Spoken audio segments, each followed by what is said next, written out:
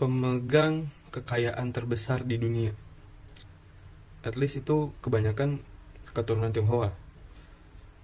Karena mereka memiliki prinsip-prinsip yang bagi gua itu kayak apa ya?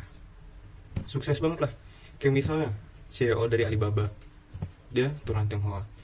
Kalau di Indonesia mungkin ada namanya Yusuf Hamka atau pemilik jalan tol ya. Bukan pemilik sih, tapi kebanyakan jalan tol di Indonesia itu digarap oleh beliau.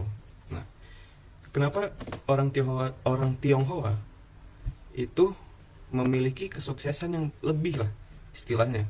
Karena para leluhurnya dari nenek moyangnya itu mengajarkan ada 5 konsep dasar. Itu dipegang teguh oleh mereka. Yang pertama ada namanya kepada penerus-penerus dari kaum Tionghoa itu dibiasakan dengan yang namanya rajin menabung.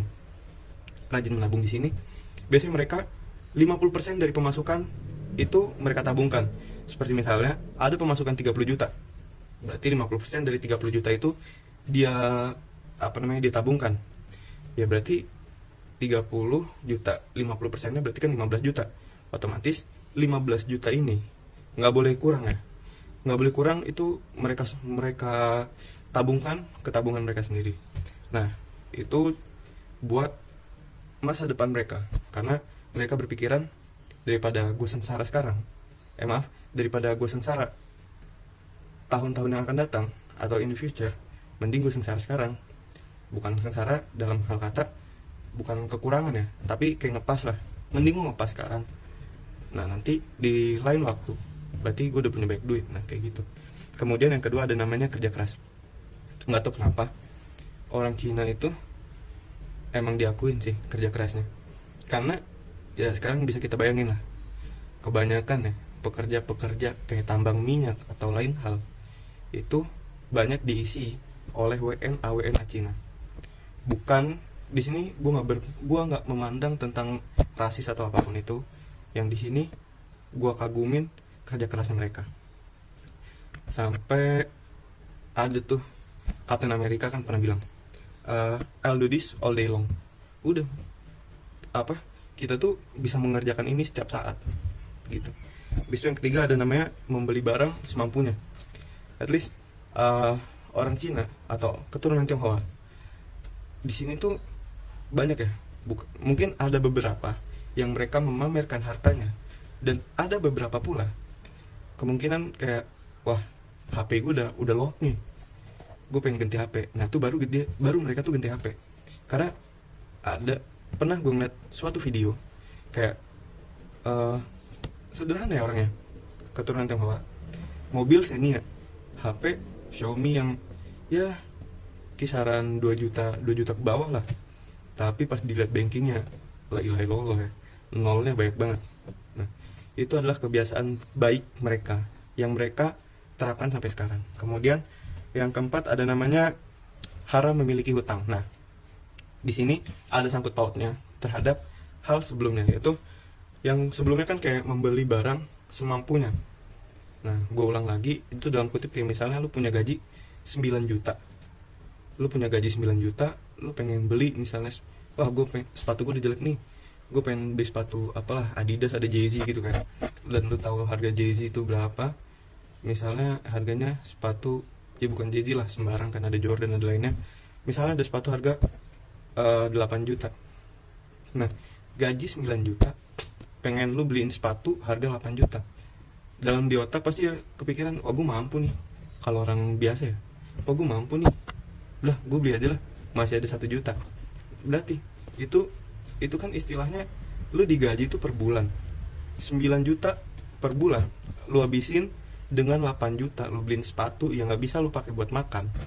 Bisa pakai buat makan, buat jalan doang ke restoran, buat bayarnya enggak kan.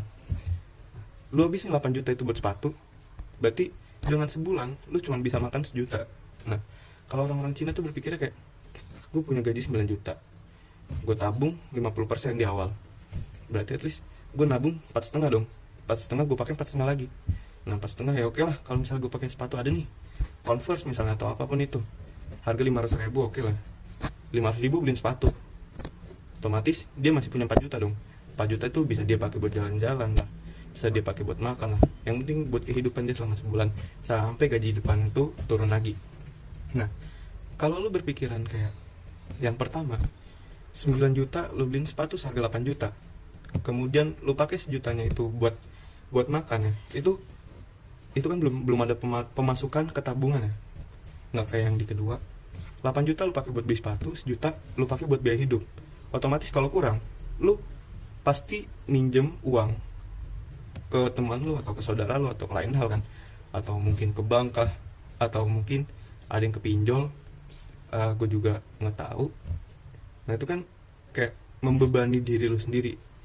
Lu udah berfoya-foya dengan 8 juta itu yang lu belanjakan sepatu, kemudian dengan 1 juta buat kebutuhan hidup, lu udah luntang-lantung kan, sampai akhirnya minjem. Yang sebenarnya kalau misalnya lu beli sepatu harga 500.000 atau minimal atau maksimal sampai 1 juta lah, itu lu masih punya. Kalau misalnya lu beli sepatu 1 juta, semahal-mahalnya 1 juta, berarti otomatis lu masih punya 8 juta bro. Yang tadinya 8 juta lu beliin sepatu 1 juta lu pakai buat biaya hidup, bisa jadi 1 juta lu beliin sepatu 8 juta lu jadiin biaya hidup. Itu juga otomatis bisa dapat tabungan lah ya. Nah, kalau pemikiran kita yang kedua tadi, otomatis kita tidak memiliki utang. Nah, untuk masalah hutang, banyak persoalan yang terjadi itu. Misalnya nih, wah, duit gue kurang nih, gue pinjem lah 300.000 nih teman gue si A. Terus, waduh, udah jatuh tempo nih sama si A, gue pinjem lah ke teman gue yang si B untuk nutupin utang ke teman gue yang si A. Nah ini kan sama aja kan, kayak lu tutup lubang dari lubang, lu nutup utang ke teman lu yang si A, lu juga buka lubang perhutangan ke teman lu yang si B, kan sama aja kan. Terus yang kelima itu ada namanya investasi. Investasi mungkin ada yang jangka panjang, ada yang jangka pendek. Nah mungkin kalau investasi jangka panjang itu kayak di emas, habis itu apa ya namanya, kayak rumah, tanah, atau lain hal. Mungkin itu. Jadi ini adalah 5 pola pikir dasar yang diterapkan oleh orang-orang Tionghoa dari zaman ke zaman. Sekian dari saya. Salam.